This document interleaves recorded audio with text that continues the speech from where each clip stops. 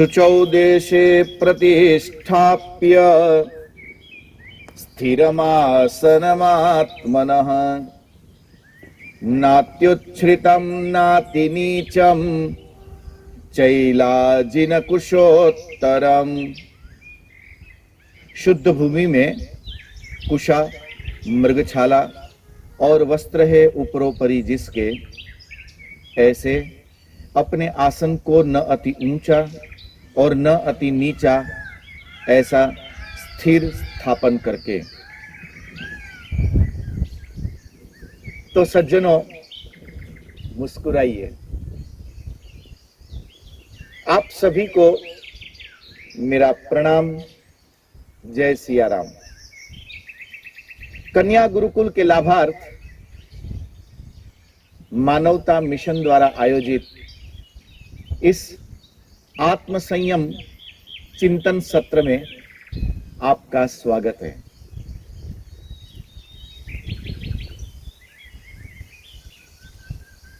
एक आत्म संयमी व्यक्ति के लिए आवश्यक है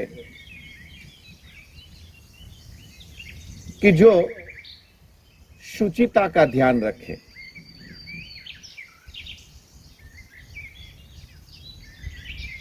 ये पवित्रता, ये शुचिता, ये पावनता, ये हमारे आसपास एक सकारात्मक ऑरा के लिए, एक सकारात्मक वातावरण के लिए अत्यंत अनिवार्य है। ऐसा सकारात्मक वातावरण हमारे भीतर शुभता को प्रेरित करता है।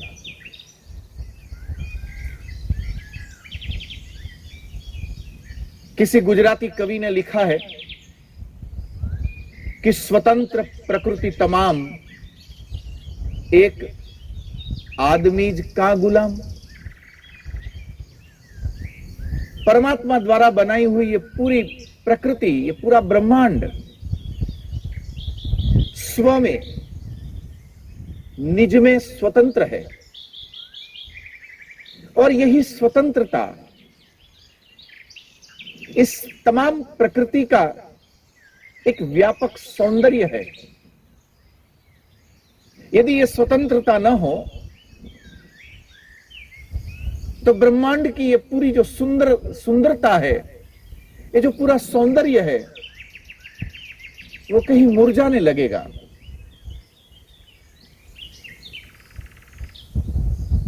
इसका अर्थ यह हो सकता है कि विद्यमान तो चहुं और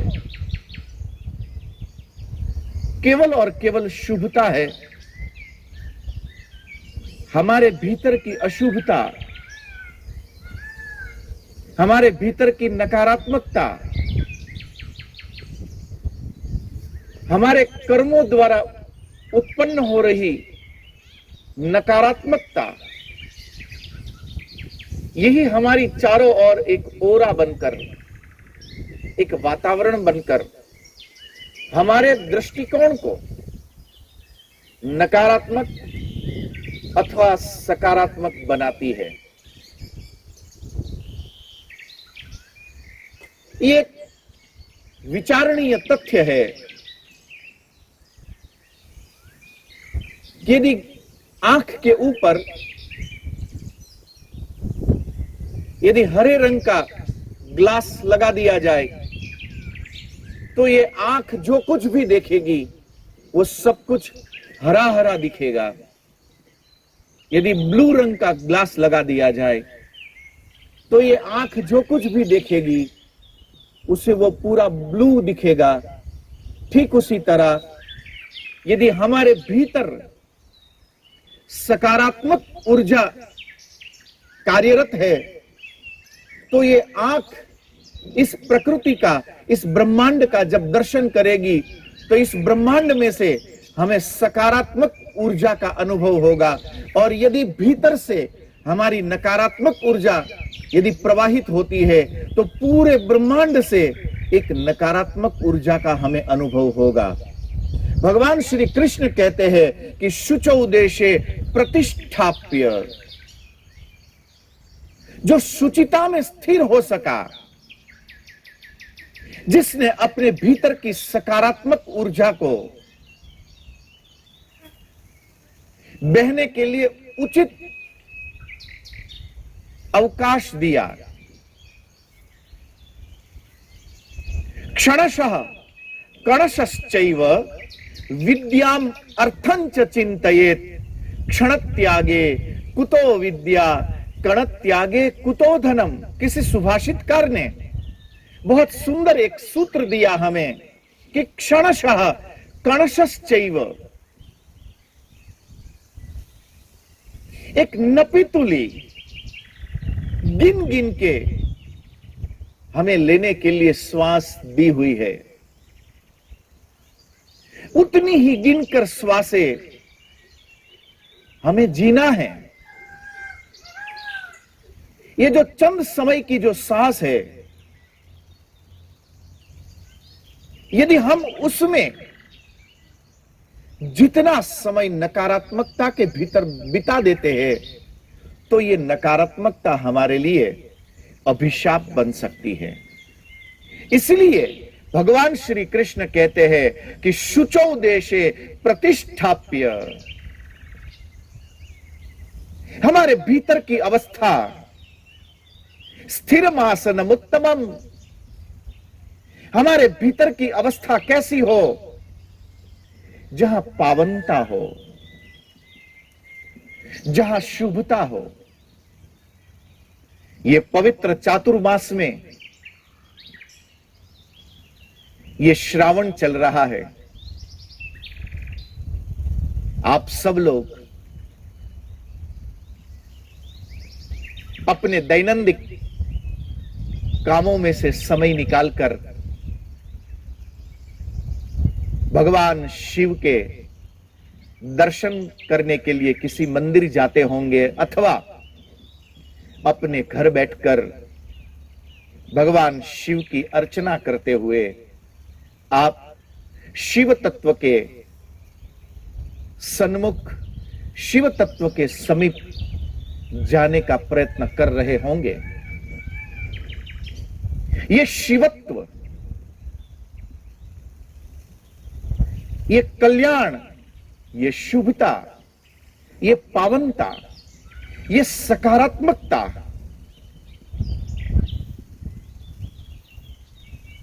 भगवान श्री कृष्ण कहते हैं कि वो सदा के लिए हमारे हृदय के भीतर अपना आसन स्थापित कर सके।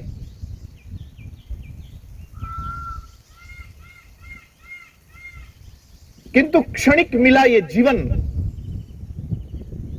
इसमें जितना ज्यादा समय हमने एक सकारात्मकता के साथ बिता दिया,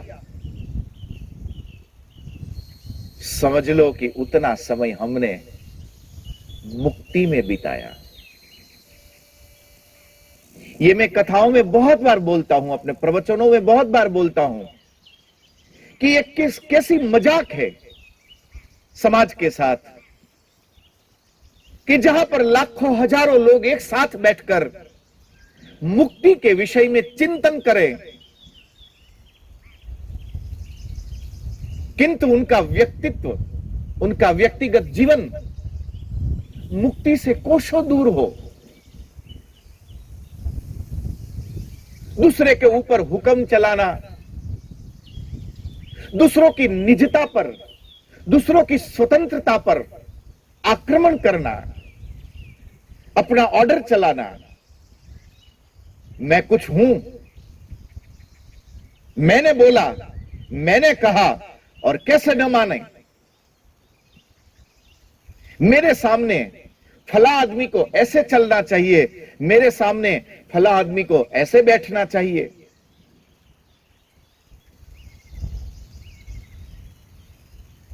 जहां कंट्रोल करने की ये जो वृत्ति है, दूसरों की निजता में, दूसरों की स्वतंत्रता में आक्रमण करने की, ये जो वृत्ति है, इस संसार में कोई किसी को चला नहीं सकता है। किसी की निंदा करना, किसी को नीचा दिखाना, ये बहुत आसान होता है। केवल खुद के भीतर खुद को एक ऐसे अहंकार से भर लेना है कि मैं ही जो कुछ भी हूं बस हूं। इस अहंकार की अशुभता से जब आपका अंतःकरण दृढ़ हो जाए, उसके बाद जो कुछ भी दिखता है वो उसी अहंकार के चश्मे से दिखने लगता है।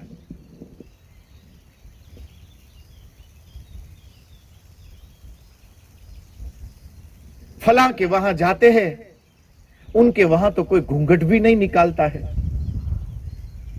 किसी को नीचा दिखाना उन घूंघटों के नाम पर।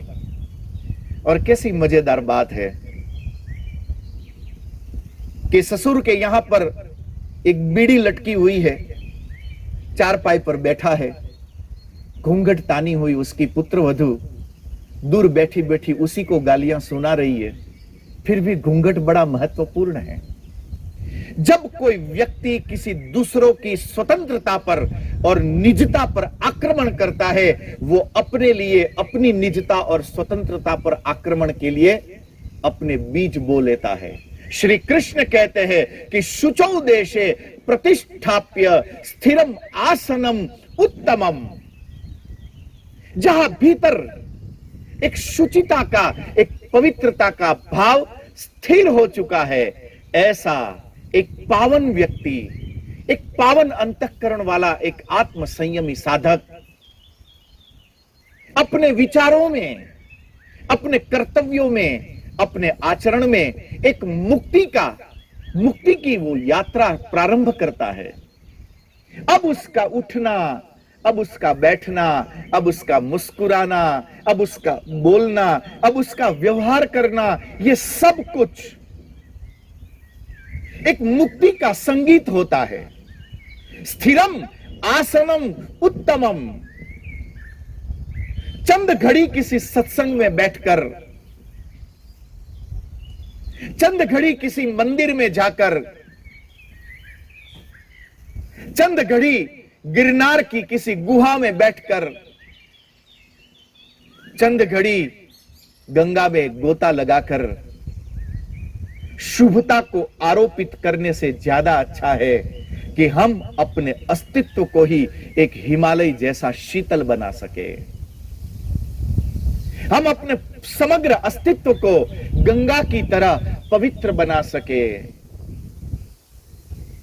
हम अपने समग्र अस्तित्व को गिरनार की तरह वैराग्य युक्त बना सके। हम अपने समग्र अस्तित्व को एक मंदिर की तरह आलोकित बना सके। स्थिरम, जो हिलता नहीं है, जो डुलता नहीं है, एकदम स्थिर, जैसे पत्थर की चट्टान हो, ऐसे चट्टान की तरह शुभता के संकल्प जिसके दृढ़ बने हो, ऐसे दृढ़ संकल्प युक्त तन में मनः शिव संकल्प मस्तु। शुक्ल यजुर्वेद की इस ऋचा को जिसने अपने आचरण के अंदर उतार लिया, ऐसा आचरण युक्त व्यक्ति, ऐसा आत्म संयमी साधक, स्थिरम आसनम उत्तमम, ऐसा दृढ़ चित्त, ऐसा मुक्ति के यात्रा का पथिक। मैं ये बहुत बार विनंती कर चुका हूं कि छोड़ो उस मुक्ति की चर्चा को जो मृत्यु के बाद मिलने वाली हो। किसको मालूम है कि मृत्यु के बाद होता क्या है? क्योंकि जो गया वो वापस लौटकर कभी हमें संदेश नहीं देता है कि मेरे यहां से जाने के बाद क्या क्या हुआ। एक कल्पनाओं का, एक मुक्ति का जगत जो शायद मिलता भी हो, न भी मिलता हो। आपके विवेक के लिए केवल एक सवाल आपके सामने छोड़कर यहां पर जाना चाहूंगा कि यदि सच में कोई मुक्ति का पथ होता हो तो फिर किसी मृतात्मा के लिए द्वादशाह और वर्षी तक की विधि का उपादेय क्या बचेगा? फिर क्यों कोई चाहेगा कि मेरा बेटा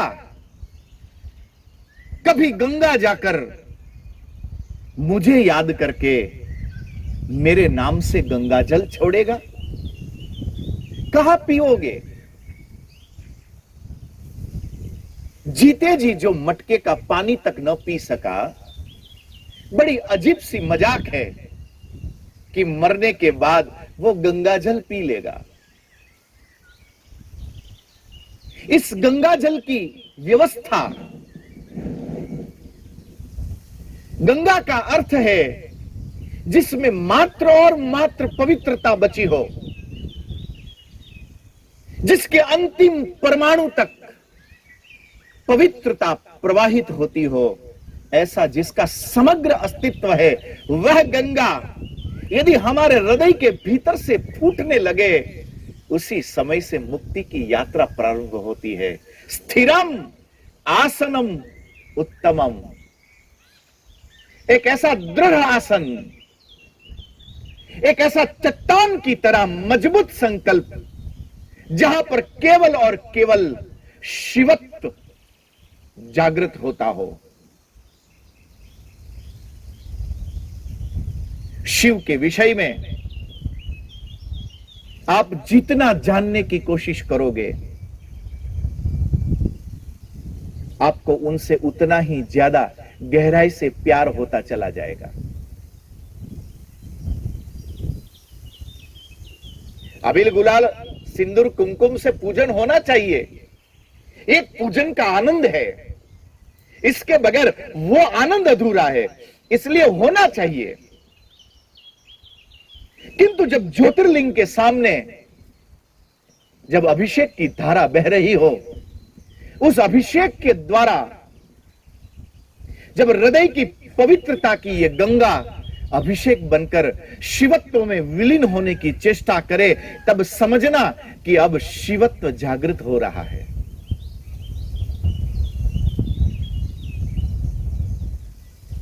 मेरा अपना आत्मचिंतन यह कहता है कि शिव पूजा करने के लिए नहीं, अपितु शिव अनुभव के देवता है।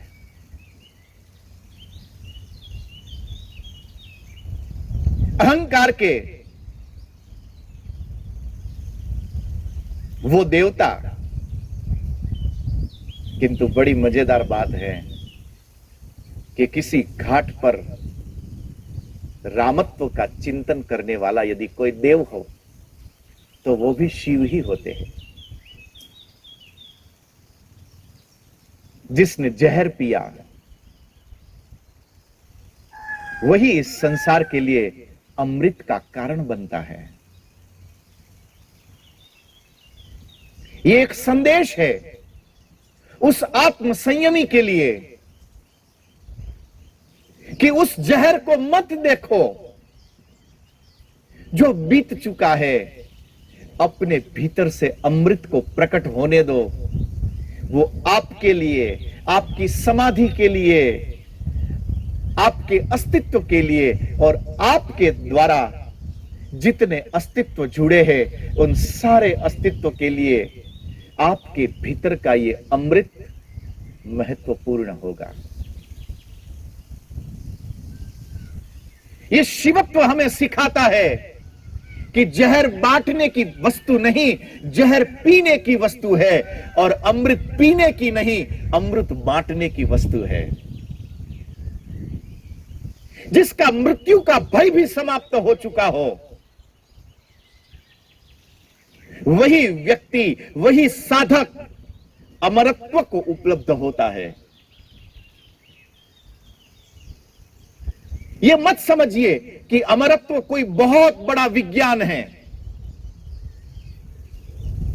जाइए कठोपनिषद के उस 5 साल के छोटे से नचिकेता के पास, जो इसी शरीर को लेकर, पंच महाभूत को लेकर यमराज के दरवाजे पर जाकर वो यमराज के दरवाजे को खटखटा सके, उसके पंच महाभूत समेत उसको उपस्थित होता हुआ देखकर यमराज खुद उससे डर जाए। यह कोई बहुत बड़ा विज्ञान नहीं है यदि इस देश का 5 साल का छोटा बच्चा इतना बड़ा काम कर सकता है।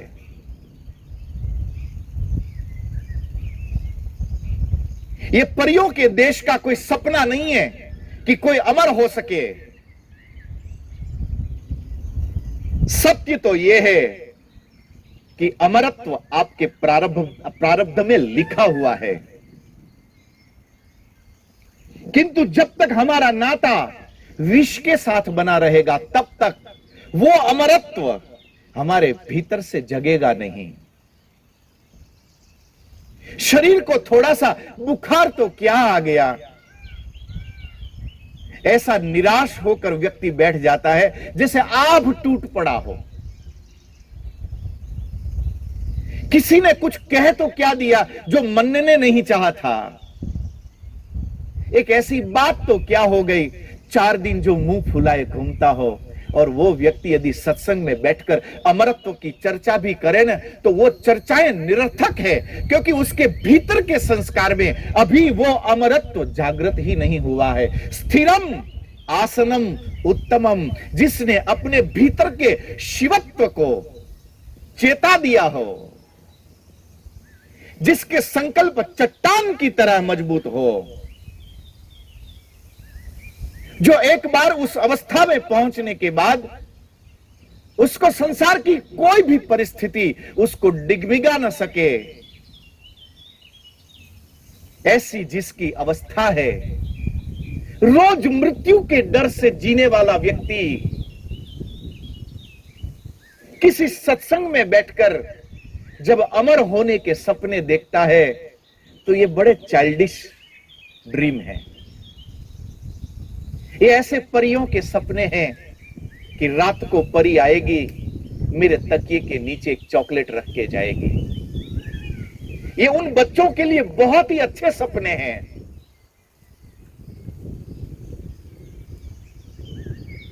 किंतु 60 साल का कोई बुजुर्ग, एक प्राउड व्यक्ति इस तरह परियों के देश के सपने देखे तो थोड़ा हास्यास्पद होता है। आत्मैव आत्मनो बंधुः आत्मैव रिपुरात्मनः, भगवान श्री कृष्ण ने कहा था कि आप ही अपने शत्रु हो और आप ही अपने मित्र हो। न कोई मित्रता, न कोई शुभता बाहर से आती है, न कोई नकारात्मकता, न कोई शत्रुता बाहर से आती है। ये शत्रुता, ये नकारात्मकता, ये मित्रता, ये शुभता हम अपने भीतर से उठाकर हम बाहर आरोपित करते हैं। स्थिरम, जिसके शुभत्व के विषय में जिसके संकल्प दृढ़ हो चुके हो, ऐसा सशक्त मनोबल युक्त व्यक्ति, ऐसा सशक्त इंद्रियों का विजेता, आत्म संयमी साधक, जिसका मन, जिसकी इंद्रियां, जिसकी बुद्धि, जिसका चित्त, जिसके ऊपर अब वो मालिक बनकर बैठ सका हो, ऐसा सशक्त व्यक्ति, ऐसा आत्म संयमी साधक, स्थिरम आसनम उत्तमम, अपने हृदय की गुहा में, अपने ही भीतर के एक कोने में जिसने अपने अमरत्व के आसन को स्थिर कर लिया है, ऐसा स्थिर, ऐसा दृढ़ मनोबल वाला व्यक्ति, ऐसे मनोबल को जिसने उपलब्ध कर लिया है, ऐसे व्यक्ति के लिए चाहिए, आगे की विधा बताते हैं कि जो न ज्यादा नीचा हो, जो ज्यादा ऊंचा हो, ऐसा मध्यम जिसकी अवस्था हो। यह भी बड़ी समझने जैसी बात है। नात्युच्छ्रितम नाति नीचम।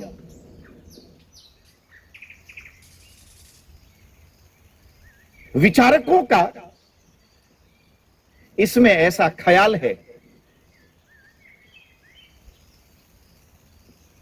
कि यदि ऊंचाई पर जाकर जब हम बैठते हैं तब वहां पर पवित्रता, शुभता, उसकी मात्रा बहुत ज्यादा होती है। किंतु कृष्ण कहते हैं कि वहां पर भी नहीं। नाति नीचम,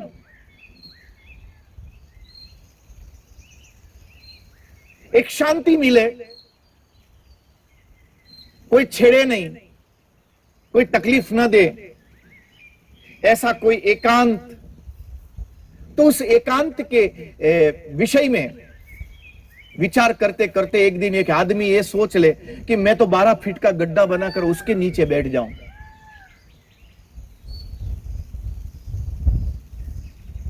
नाति नीचम, क्योंकि जो नकारात्मकता है उसके मॉलिक्यूल्स बहुत ही ज्यादा, उसकी डेंसिटी ज्यादा होती है, वो वजनदार होते हैं। नाति नीचम, आसन कैसा होना चाहिए? नात्युच्छ्रितम, जो अधिक ऊंचाई पर न हो। नाति नीचम, जो एकदम नीचे में न हो, एक मध्यम स्थान पर जिसने अपना आसन लगाया हो। इसके अनेक अर्थ है। विचारकों का ऐसा मानना है कि शुभता, उसके मॉलिक्यूल्स बहुत हल्के होते हैं, इसलिए वो एक ऊंचाई पर प्रवाहित होते हैं। आप जितनी जितनी ऊंचाई पर चलते चले जाओगे उतनी ही शुभता, उतनी पवित्रता, उसके मॉलिक्यूल्स आपको ज्यादा टच करेंगे। इसीलिए भारतीय मनीषियों ने, ऋषियों ने एक बहुत ही अच्छा एक व्यवस्था बनाई कि व्यक्ति जब उत्तरावस्था में पहुंचे, जब वो वानप्रस्थ की ओर गति करे, तब वो यात्रा प्रारंभ करता है। किंतु ये यात्रा कैसे होती है? नीचे से शुरू होती है। पहले हरिद्वार के दर्शन कर लिए जाए, रामेश्वरम के दर्शन कर लिए जाए, भगवान जगन्नाथ के दर्शन कर लिए जाए, द्वारिका नाथ के दर्शन कर लिए जाए।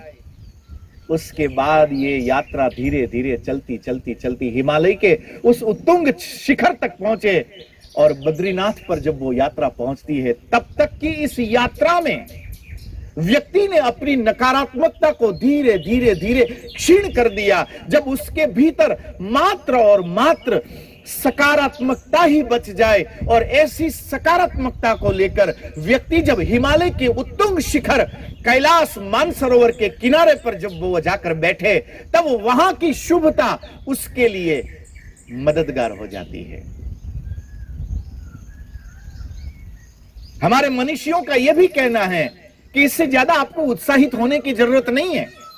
जब तक आपके भीतर नकारात्मकता है, और उस नकारात्मकता को लेकर यदि आप कैलाश के शिखर पर भी पहुंच गए, तब भी वो नकारात्मकता और वहां की सकारात्मकता दोनों के बीच में द्वंद्व होगा। और भगवान श्री कृष्ण कहते हैं कि ऐसा साधक जो द्वंद्व से परे हो सका हो, जो द्वंद्व से रहित हो सका हो, ऐसी यात्रा जिसने की हो, ऐसे व्यक्ति की। और ये नाति न अति ऊंचा हो न अति नीचा हो, इस विषय में और गहराई से समझने के लिए पुनः आपसे मिलने की आकांक्षा के साथ आज बस इतना ही। आप सभी को मेरा प्रणाम। जय सिया राम। मुस्कुराते रहना।